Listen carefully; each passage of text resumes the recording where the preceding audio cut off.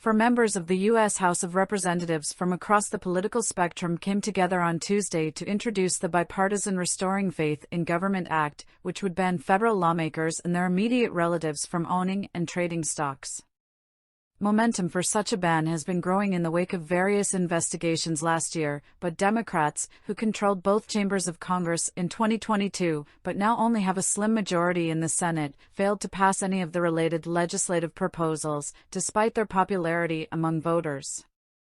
The fact that members of the Progressive Caucus, the Freedom Caucus, and the Bipartisan Problem Solvers Caucus, reflecting the entirety of the political spectrum, can find common ground on key issues like this should send a powerful message to America, said Congressman Brian Fitzpatrick, Democrat Pennsylvania, who is leading the new bill with Representatives Matt Gaetz, Republican Florida, Raja Krishnamurti, Democrat Illinois, and Alexandria Ocasio-Cortez, Democrat New York. We all view this as a critical first step to return the House of Representatives back to the people. We must move forward on issues that unite us, including our firm belief that trust in government must be restored, and that members of Congress, including their dependents, must be prohibited from trading in stocks while they are serving in Congress and have access to sensitive, inside information, Fitzpatrick continued. This is basic common sense and basic integrity 101. And we all view this as a critical first step to return the House of Representatives back to the people. As Trevor Potter, president of the Campaign Legal Center and former chair of the Federal Election Commission, explained last September, Congress passed the Stop Trading on Congressional Knowledge (STOCK) Act into law 10 years ago, but the STOCK Act did not decrease the appearance of corruption that arises when members of Congress engage in suspicious stock trades. If passed, the new restrictions proposed by Fitzpatrick's diverse group would apply to all members of Congress as well as their spouses and dependents. The ability to individually trade stock erodes the public's trust in government, asserted Ocasio-Cortez. When members have access to classified information, we should not be trading in the stock market on it. It's really that simple. While the Progressive Squad member has often clashed with Gaetz, their comments Tuesday made clear they agree on this topic. Members of Congress are spending their time trading futures instead of securing the future of our fellow Americans. We cannot allow the swamp to prioritize investing in stocks over investing in our country, said Gaetz.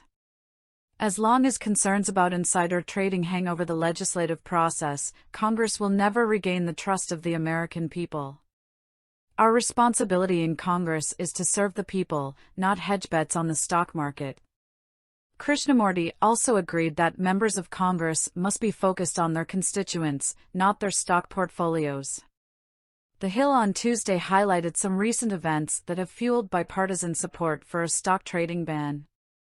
In 2022, then-Speaker Nancy Pelosi's Democrat California husband sold millions of dollars worth of shares of a computer chip maker as the House prepared to vote on a bill focused on domestic chip manufacturing.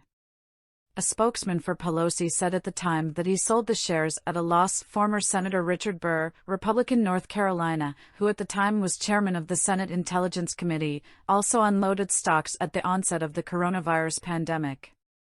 The Securities and Exchange Commission recently closed a probe of his trading activities without taking action. The legislation unveiled Tuesday is supported by advocacy groups including the watchdog Citizens for Responsibility and Ethics in Washington, CREW. When members of Congress own and trade stock in companies they regulate, they undermine the democracy that they were elected to serve, argued CREW Policy Director Deborah Perlin.